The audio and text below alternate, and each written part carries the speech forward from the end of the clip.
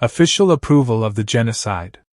The Amhara region continues to experience a staggering daily influx of 1 million internally displaced individuals. The government forces have launched a brutal offensive targeting the ethnic Amhara in the Oromia region, pushing many to seek refuge in Amhara. Around 1 million Amhara men, women, and children have fled their homes in Oromia. Eyewitness accounts from survivors reveal that the military, regional militias, and local collaborators have perpetrated horrific acts, including killings and sexual assaults against the Amhara, while also setting their villages ablaze in the Benshangul, Sidama, Harare, and Somali regions. These chilling reports of atrocities are corroborated by the testimonies of those who have endured these harrowing experiences. Ethnic cleansing refers to some of the most horrific atrocities in history. The United Nations characterizes it as a systematic effort by one ethnic or religious group to forcibly remove another group from specific territories, employing violent and terror-inducing methods. The situation of the Amhara people stands out as a particularly tragic case, as they represent a minority of both Muslims and Christians in a largely Oromo area. Here, a combination of military forces, covert government operatives, and local Oromo individuals have engaged in brutal acts of violence against them. This campaign has driven tens of thousands of Amhara from their homes, many of whom sought refuge in the Amhara region. The latest surge of violence is part of a troubling 6-year trend of discrimination, with Abiy Ahmed leveraging it to pursue his goal of eradicating the Amhara. Following the discovery of a deceased individual in Jimma, Oromo nationalists, backed by security forces and local affiliates, launched attacks on Amhara communities, setting homes ablaze and forcing countless Amhara to flee yet again. Human Rights Watch has labeled this a campaign of ethnic cleansing. At this juncture, the Amhara are facing severe persecution, stripped of their rights, and compelled to abandon their ancestral lands. As a result of the relentless violence perpetrated by Oromo militants and state security against Amhara civilians, tens of thousands have sought safety in the Amhara region. A wave of tribal conflicts, many instigated by the Prime Minister and his allies, has led to a staggering loss of life across various regions of the country, all under the shadowy rule of the fraudulent Dr. Abiy Ahmed Ali. This situation stands as one of the most horrific tragedies of our era, plunging the nation into a state of complete disarray. The turmoil in the Amhara region rages on without pause. Despite his attempts to mask it, this tyrannical leadership fosters a disturbing trend that incites violence. We are bearing witness to unimaginable atrocities, including the horrific mutilation and sexual violence against individuals of all ages and genders, the forced vaccination of women and girls aimed at sterilization, the secret burial of countless Amhara civilians, and the chilling scheme to transport 700,000 Amhara women to the Middle East. This orchestrated campaign by the despotic Abiy Ahmed and his cohorts to eradicate the indigenous Amhara population is nothing short of genocide, among other heinous acts. We now reach out to those who can empathize with our plight and experiences. The struggles we face are not echoes of the past, they are a stark reality today.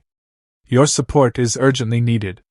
These criminals must not be allowed to continue their reign of terror or escape justice. They must be held accountable for their actions. It is crucial that nations that are signatories to the International Criminal Court Treaty take firm action to apprehend those who are wanted. We urge you to recognize your role as a guardian of humanity. Let us unite in solidarity for the sake of all humanity. እነዚህ ልጆች አንዱ የ19 አመት አንዱ የ17 አመት አባታቸው ጋራ እዛው ፊቴ ገደሏቸው። እንደዛ ያለ አካል ስንሆን የደረሰልን ሰው የለም። እንደዚህ ሆነን ይሄው 3 ሬሳ ታቅፌ በ3 ሰዓት የሞቱ አውዬ እዛው አድሬ ጧት በ11 ሰዓት ሰው ጋር ተገናኘ። እዛው አደርኩኝ። እነዚህን ሬሳ ጅብ ይበላብኛል ብዬ ጥያት ሄድን ብዬ እዛው አደርኩ። እዛው አድሬ እንዳለሁኝ ጧት ሲነጋ የሰው ድምጽ ሰማሁ። እነዛ ሰውይ ምን ታረጊያለሽ ብሎ እኔማ ልጆችን ተጠብቃለሁ ሞተዋል ብዬ ጥያት ሄድን ብዬ ዝነኛ አልኳቸው። እንደገና እነሱም ተቆጡ። እነዛ ሬሳ አስቀበርኩኝ። በ3ኛ ቀኔ ሰው ጋር ተገናኘሁ። በ4ኛ ቀኔ እህልና ውሃ ቀመስኩ። ይሄው ተመጣን 8 ቀናችን ይሄ ነው የለንም ዝም ብሎ ያለው የሌለውም እየተጠቃቀመ እኛ ብቸኛ ነን ያው ጎሶቻችን እዛው ቀብረን መተናል 3 ሞተብኛል ያው መንደሪ ጎረቤቴ አገንዳው የተረፈ የለም አንዲትም የለም ሙጠጥ ብሎ አልቋል የኛ ሰፈር ሙጠጥ ብሎ አልቋል ምን ተራካል ስንሰ የልዩ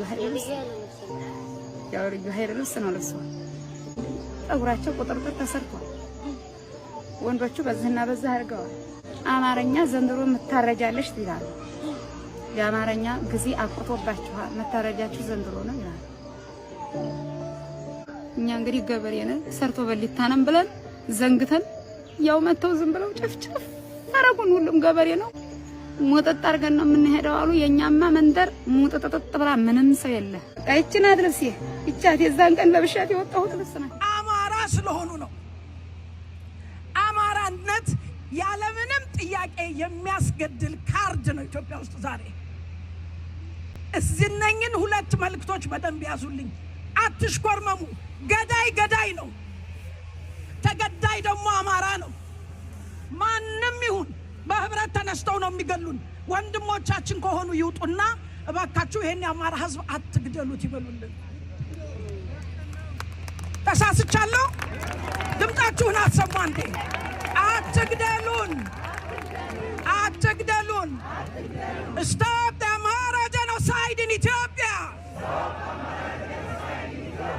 stop the Amhara genocide in Ethiopia stop Amhara genocide in Ethiopia stop genocide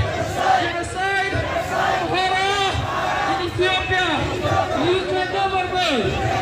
you can never move break your silence UAE criminal Muhammad bin Zayed genocide I was gonna share with you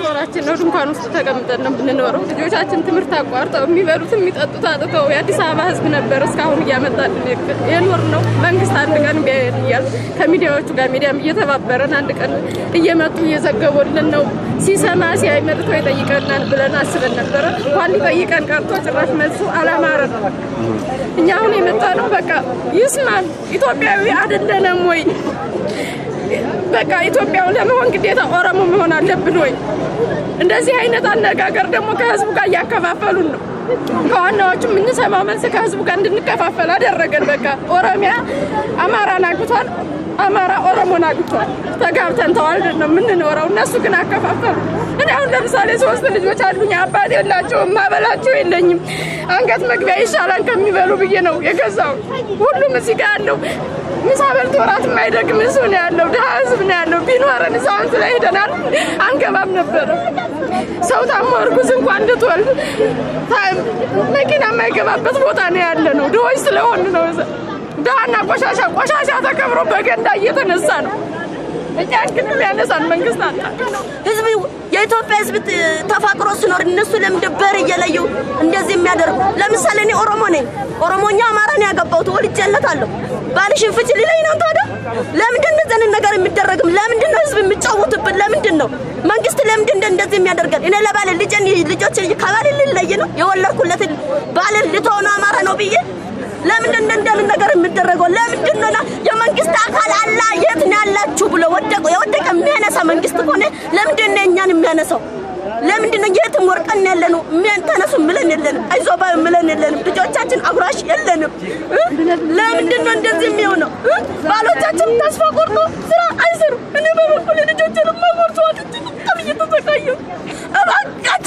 እባካችሁ የመንግስት አካል እውነት በመድረኩ ላይ ካለ እንዲረዳን እንፈልጋለን በቃ የት ናችሁ ያላችሁት ይበለን ለምን በእርንበት ተስፋ የለንም እኔ ዛሬውን ከነዚህ ተለይቼ ኦሮሞ ነኝ ብዬ አይ ባልሽን ፈተሽ ነው ቤት ልታገኝ ነው ልነኝ ነው ለምንድን ነው የሚወደደው ህዝብ የሚያዋጋብን ለምንድን ነው?